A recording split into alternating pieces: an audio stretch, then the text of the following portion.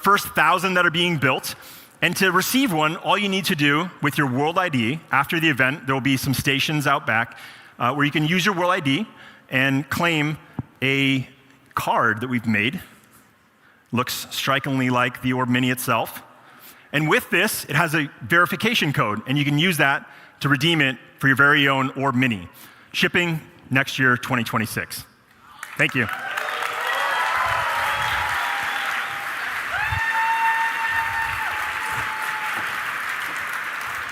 Thanks, Alex.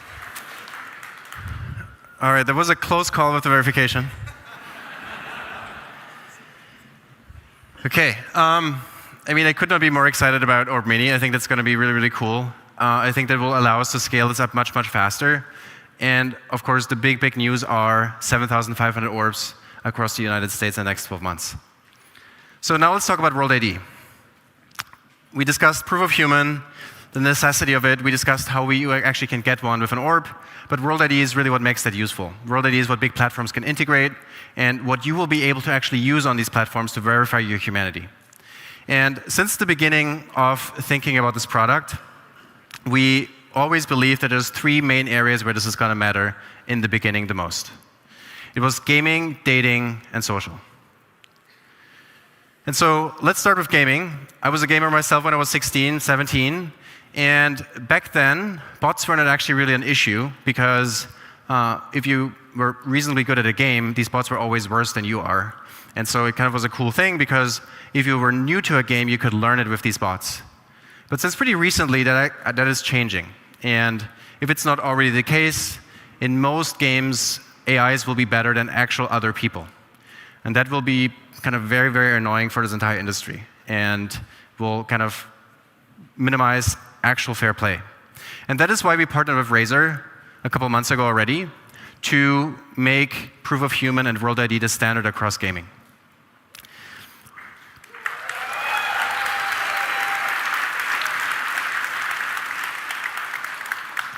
And so already today, you can actually verify your Razer ID with World ID's proof of human, and you can use that across all the different games that Razer supports. But of course, we want to go much, much further. This is really just the beginning of turning this into the standard of gaming.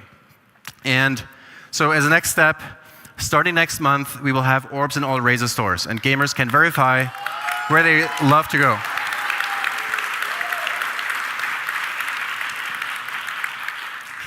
Second, we will have what we call the League of Humans tournament. That is a fully online, large-scale tournament that is truly just for humans. While usually all of those tournaments are in person if they have prize money, because otherwise people can fool them and can fake them. And lastly, with Razer, something I'm really, really excited about is we will explore how we can bring deepface and even hardware into Razer cameras. Because in many cases, it doesn't only matter that you game with any human, but what human you're gaming with. And deepface allows us to do that. And, well, I couldn't be more excited about that.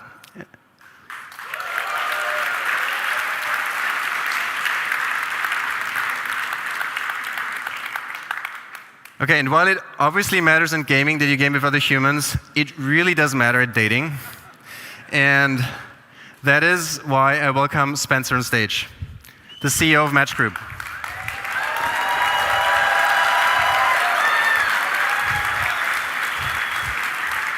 Thank you, Alex.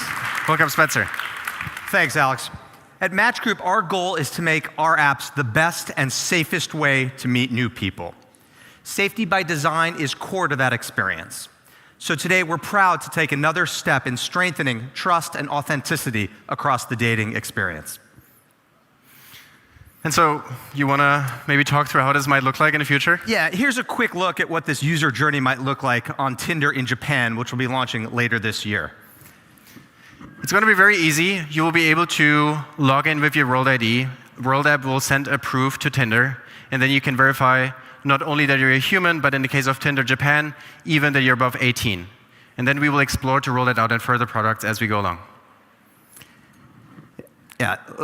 Sorry, Spencer.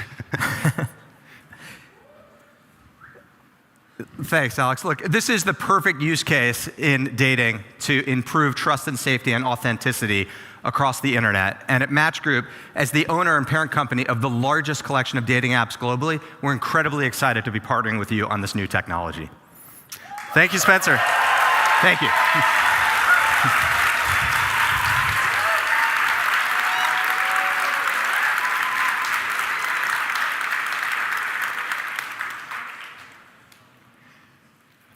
Okay, so we talked about gaming, dating. At the last event, we talked about government services with the government of Malaysia and Taiwan. But that is all, of course, just the beginning. We think the internet as a whole will need a proof of human. And one space that I'm personally most excited about will be social. And we will have many exciting things to share as the year progresses.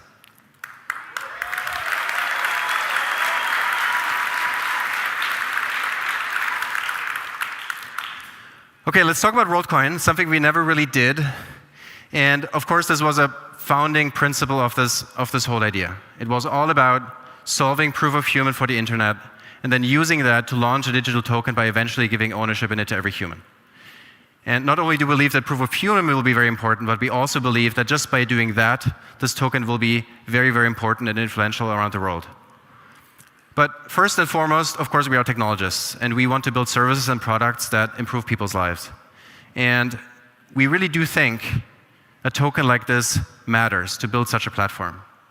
And for that, I'm going to hand it over to Adrian to talk what is next with the token itself, why it matters to build such a platform, and how we will decentralize it. Thanks, Alex.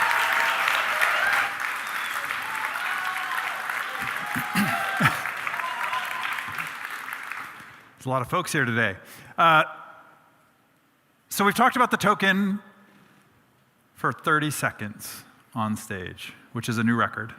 And we haven't yet mentioned what it's for, which is a question that we get asked day in and day out. And so I'm going to spend a couple of minutes talking about what it's for in the past, present, and how we think it's going to play an important role in the future of World as a network. The first function that we have gotten out of having a token is a very simple one. It gave us the ability to build a network that currently has over 26 million users, and over 12 million of whom have taken the effort to go to an orb to verify their humanity. Classically, we can look back at other financial networks, PayPal, for example, who have used a similar strategy for building their network, taking a small incentive at the time of about $10 and using it to build that network. So we've made great progress there, and that's the first use case that we had for the token. The second thing we had to think about, though, is as the network gets even bigger, we begin to run into questions about the sustainability of that network.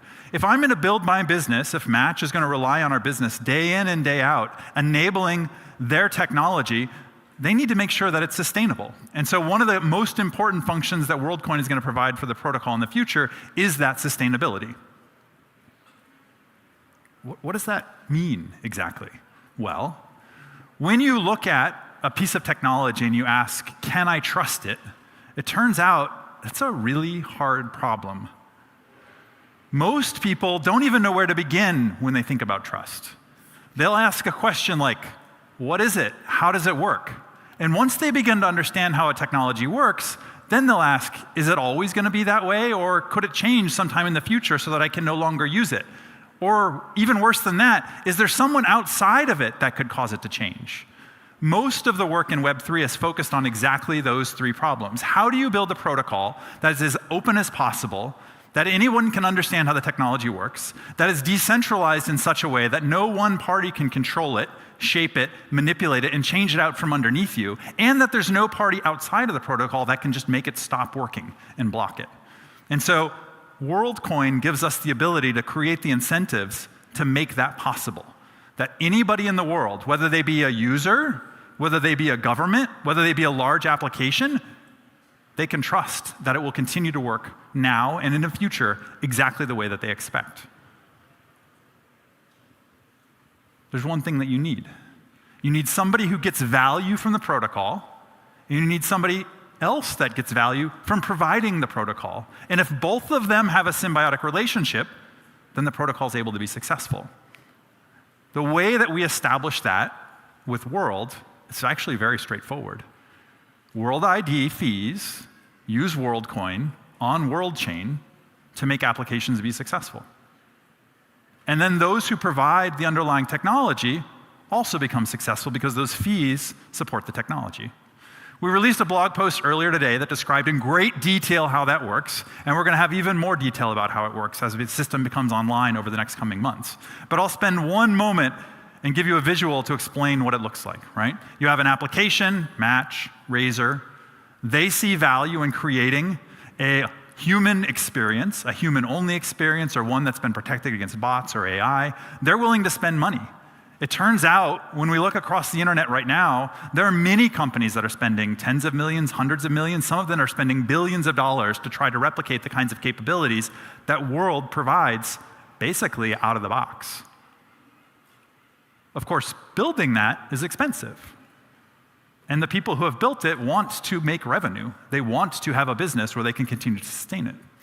Now, the specification of what those fees look like is up to whoever it is that built the part that was relevant. So for us, the most important thing is a proof of a specific attribute associated with a person. A proof of humanness, for example, that came from an orb has a certain amount of value, and therefore there should be some compensation, and whoever made that begins to describe it. The protocol enforces those rules so that everybody that's involved knows that they're going to be that way consistently and into the future. And the community decides collectively over time what that's going to look like. They can make decisions about how fees accrete to the protocol itself to provide sustainability. Is that a value that's going to flow back to the user, as has been the case with the airdrops that have happened so far and the grants that have happened so far? Is it going to be burned? Those are the types of questions that the community can establish into the future about how they want the protocol to work. So there's more detail in the blog. I'll save you that for now. But I will say that as the system becomes more effective over time, decentralization becomes more and more rapid. More parties are involved, more value is exchanged, and the willingness of participants to participate goes higher. One of the most important things that we've been doing is trying to understand how we think the decentralization of the protocol will take place over time. We have a blog post that's coming out and a white paper that are coming out in the next week that'll describe the stages of decentralization and how we expect to make progress. Within the next year and a half, by the end of 2026, we expect to be in the later stages of decentralization where the reliability, the trustworthiness, and the value and sustainability of the protocol is such that even the most valuable services in the world, the most critical ones to our infrastructure, the types of things that Alex likes to talk about, democracy and government services, can be built using this in a trustworthy way. For me, it makes me proud. It makes me proud of the fact that I've helped to build something like this, and to be blunt, it makes me proud of having the opportunity to have even a small ownership stake in that protocol, which Alex really likes to talk about. So Alex, do you want to talk about ownership of the protocol?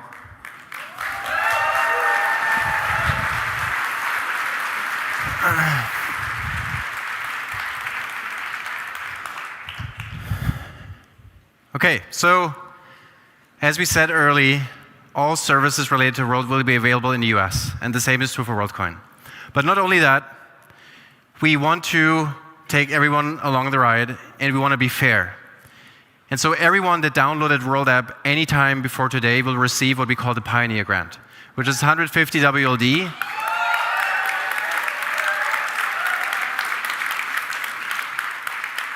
Which is exactly as much as you would have been able to get if you verified the day of launch. And so we kind of just want to make it fair.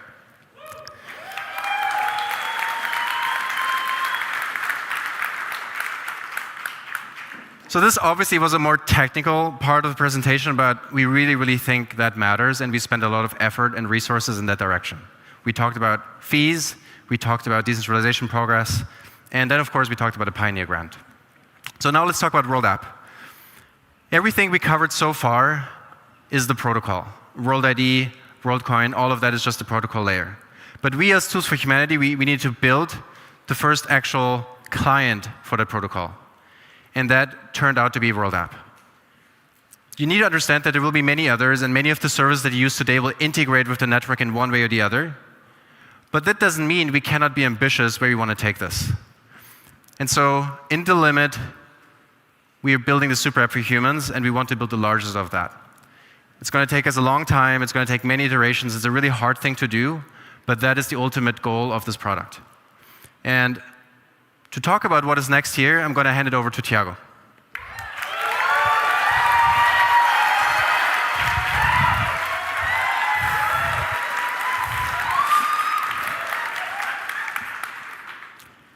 It's been a crazy 6 months for World App. We introduced version 3.0 about 6 months ago in the fall, and since then, the number of users on the app has almost doubled.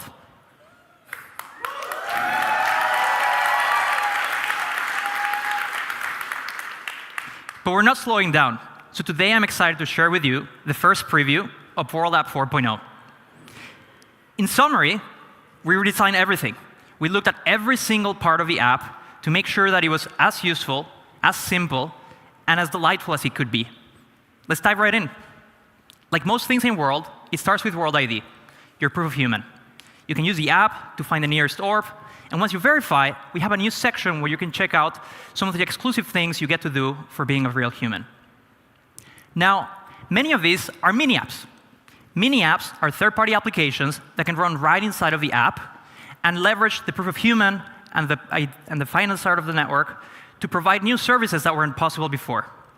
We launched them in the fall, and it's been bonkers. People have already used mini apps more than 500 million times, and it's going up at an incredible rate.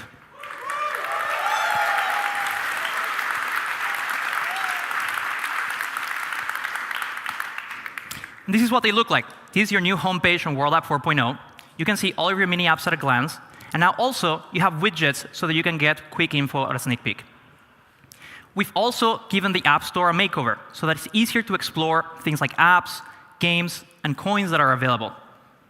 Something else that we're doing with mini apps is add new payment methods so that in addition to being able to pay with things like your wallet, you can now also use your credit card or Apple Pay on select mini apps. A really cool one that I'm excited about that is launching today is Kalshi, which is going to use one of these new payment methods powered by Zero Hash to let you participate in prediction markets for things like sporting events using your WorldCoin. I'm very excited to see this launch today.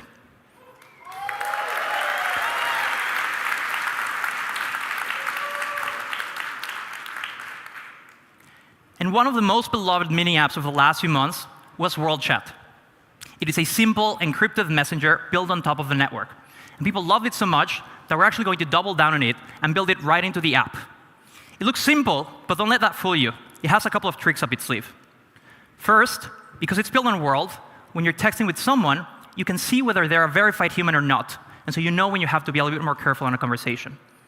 And we're taking that a step further by introducing verified profile pictures, which you can optionally set as long as the face actually matches what the orb saw before. And of course, because World is not only an identity network, but a financial network, you can attach money right on the spot, just like you would a picture or a voice memo. Now, let's talk a little bit more about finance. World App has a wallet built right into it, and people love it. In fact, we just crossed 350 million verifications, up from 150 million at the end of last year.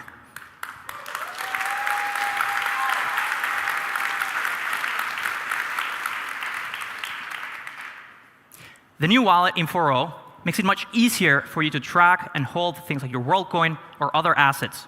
But where it really shines is on the new cash page, which allows you to hold and use currencies from all over the world in just one place. It's really cool. You really have to try it. And now you can do a bunch of things with those currencies. You can do things like send them to other countries, to your friends and family in seconds with no fees. You can stash them in the vault and earn a little bit every second, more often than not, more than you would on a bank account. You can also connect them with mini apps like Morpho, which is also launching today on World, which allows you to earn and borrow directly on your wallet. And for those times where you need to interact with the traditional banking system, like for example, getting your salary, you will now also be able to get account numbers to be able to do that.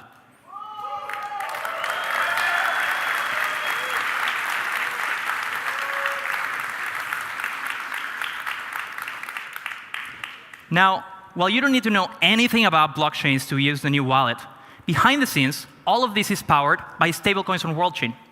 And the key here is using the right stablecoins, which is why I'm so excited to share with you a new partnership to bring the most trusted US dollar and euro stablecoins to WorldChain with Circle.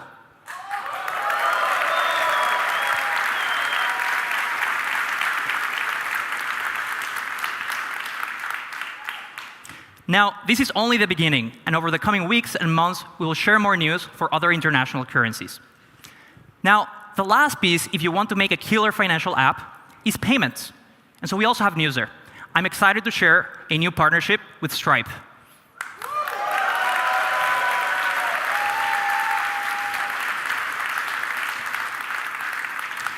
Very soon, you will be able to pay with your World app directly on Stripe-enabled websites and apps with the tap of a button.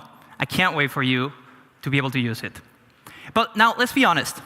Sometimes you're just walking around and you want to have a pizza or a beer, and Stripe isn't there, right? They probably don't yet accept QR code payments. And so what do? Well, it turns out someone already solved that problem many years ago. And so I'm very excited to share with you our latest product. And we're calling it WorldCard.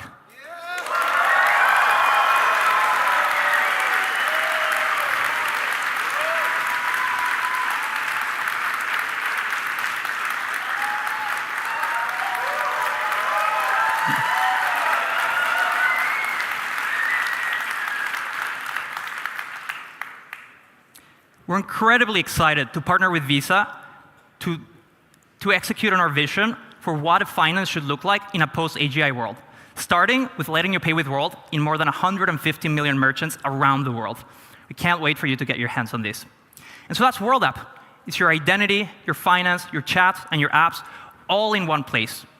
The new design and the pre-orders for WorldCard are coming today, and the full 4.0 release is coming later this summer. Thank you.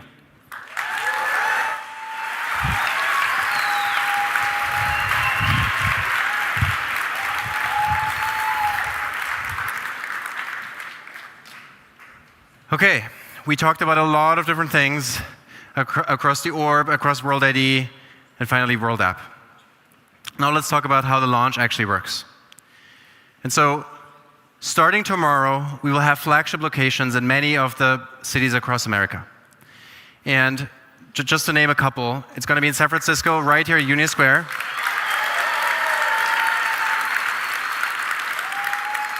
Los Angeles, Miami, Atlanta, Austin, Nashville, and many more are coming soon.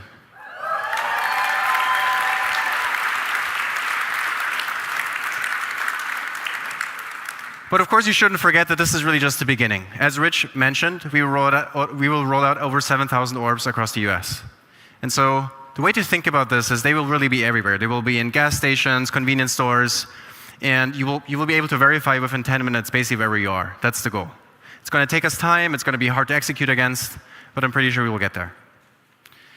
That's it for today. Thank you all for coming.